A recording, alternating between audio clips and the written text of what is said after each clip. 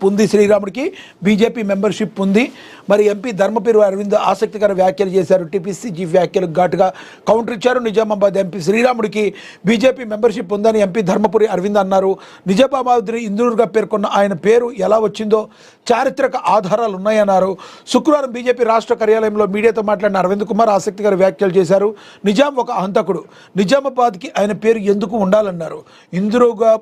ఇందూరుగా పేరు మార్చి ఆ తీర్మానాన్ని ఏబీవీపీ నుంచి వచ్చిన రేవంత్ రెడ్డికి పంపిస్తామన్నారు.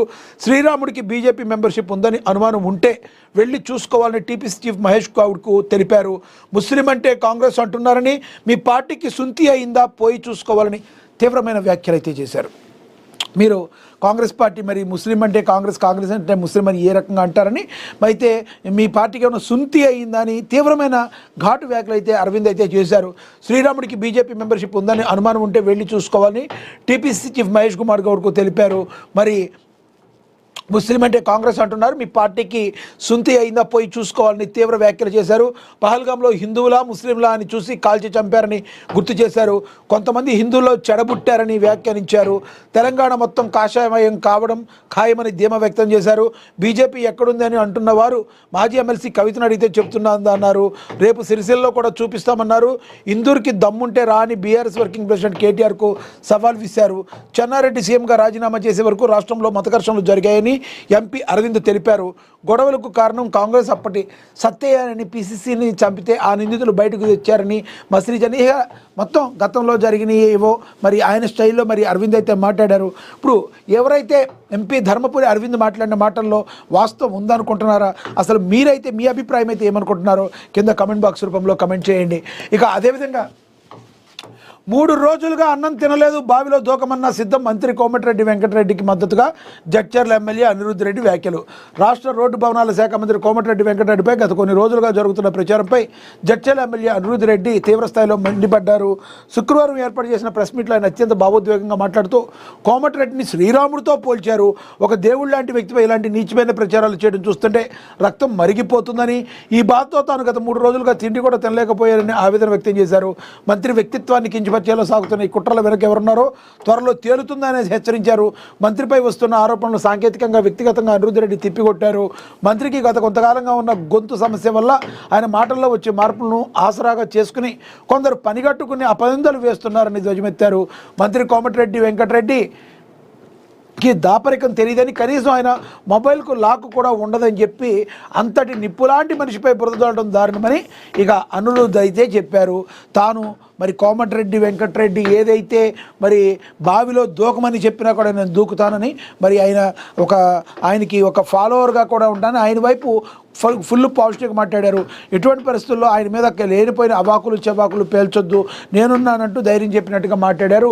మరి అనిరుద్ధ్ రెడ్డి ఏం జరుగుతుందనేది మనం కూడా వేచి చూడాల్సిన పరిస్థితి. ఇక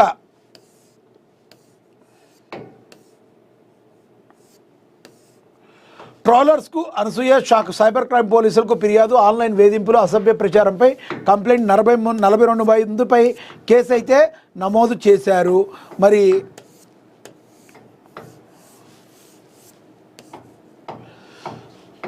ప్రముఖ నటి టీవీ యాంకర్ అనసూయ భరద్వాజ్ సైబరాబాద్ పోలీసులను ఆశ్రయించారు. సినీ సోషల్ మీడియా వర్గాల్లో సంచలనంగా మారింది. సోషల్ మీడియాలో తనపై జరుగుతున్న ట్రోలింగ్, వ్యక్తిత్వ హననం, అభ్యంతరకర పోస్టులు చేస్తున్నారని ఫిర్యాదులో తెలిపారు. తన పరువుకు భంగం కలిగించేలా ప్రవర్తిస్తున్నారంటూ ఆమె ఫిర్యాదు చేయడంతో పోలీసులు కేసు నమోదు చేశారు. గతేడాది డిసెంబర్ 23 తేదీ నుంచి తనపై ఆన్లైన్ వేధింపులు పెరిగాయని ఫిర్యాదులో పేర్కొన్నారు. కేసు వివరాలు, నిందితుల జాబితా, నిందితుల పేర్లతో పాటు సోషల్ మీడియా లింకులు ఫిర్యాదుతో జత చేశారు. అనసూయ సోషల్ మీడియాలో తనపై క్యాంపెయిన్ తరహాలో దాడి జరిగిందని చెప్పుకొచ్చారు.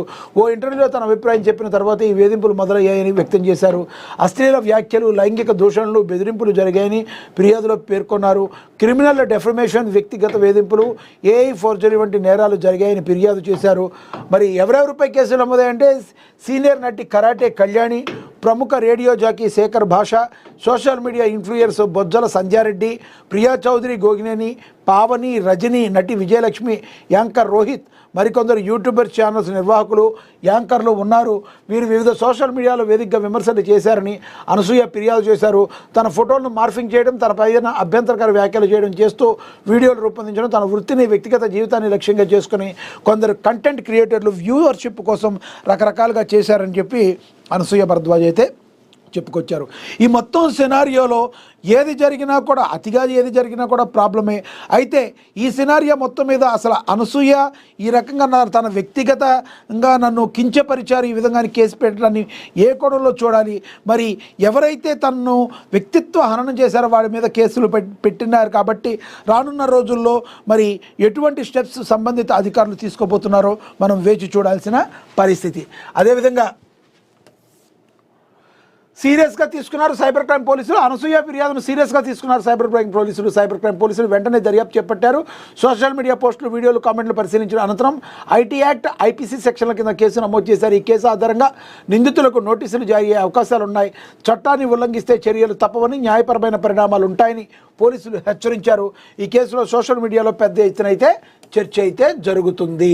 ఇక ఆ ముగ్గురుపై ఎందుకు లేటు? పాడి కౌశిక్ రెడ్డి, వివేకానంద కేటీఆర్ తరపున న్యాయవాదులను వివరించారు. విచారించిన ధర్మాసనం స్పీకర్కు 4 వారాల సమయం ఇస్తూ వాయిదా వేసింది. ఇందాక మనం దీని గురించి కూడా మనం చూసాం.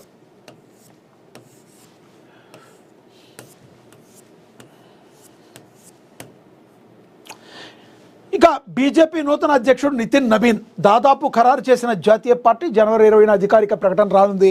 ఈ నెల 19న నామినేషన్ దాఖలు చేసే అవకాశం ఉంది. మరి అదే రోజు నామినేషన్ల పరిశీలన, ఉపసంహరణ కూడా చేసే అవకాశం ఉంది. బీజేపీ జాతీయ అధ్యక్ష పదవి కోసం జనవరి 19న నామినేషన్లు దాఖలు కానున్నాయని, మరుసటి రోజు 20వ తేదీన కొత్త అధ్యక్షుడి పేరును ప్రకటిస్తామని తెలిపారు. జనవరి 19న మధ్యాహ్నం 2 గంటల నుండి 4 గంటల మధ్య నామినేషన్లు దాఖలు చేస్తారని వెల్లడించారు.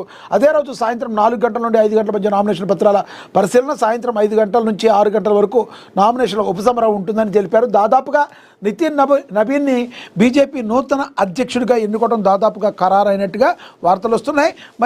మరి ఇక ఏం జరుగుతుందనేది జనవరి 26న అధికారిక ప్రకటన అయితే వచ్చే అవకాశం అయితే ఉంది అని చెప్పి ప్రచురించారు. ఇక త్వరలోనే అన్ని ప్రభుత్వాలు ఖాళీలను భర్తీ చేస్తాం, సీఎం రేవంత్ రెడ్డి హామీ ఇచ్చారు. నిజంగానే ఇది ఒక విశేషమైన ఆహ్వానించదగ్గ విషయం. మరి రంగారెడ్డి జిల్లా గత ప్రభుత్వ పెద్దల ఉద్యోగాలు ఊడగొట్టి తమకు ఉద్యోగాలు ఇచ్చే ప్రజాప్రభుత్వాన్ని యువత తెచ్చుకున్నారని ముఖ్యమంత్రి రేవంత్ రెడ్డి అన్నారు. వివిధ శాఖల్లో గ్రూప్ 3 ఉద్యోగాలు ఎంపికైన 1370 మందికి శిల్పకళా వేదికలు ఏర్పాటు చేసిన కార్యక్రమంలో నియామక పత్రాలను సీఎం చేతుల మీదుగా అందించారు. 2014 నుంచి బీఆర్ఎస్ ప్రభుత్వం ఉద్యోగాలు భర్తీ చేయలేదని ఆక్షేపించారు. గత ప్రభుత్వం సొంత లాభం చూసుకుందని, కుటుంబ పార్టీ రాజకీయ అవసరాలే ప్రాధాన్యతంగా పనిచేసిందని మండిపడ్డారు.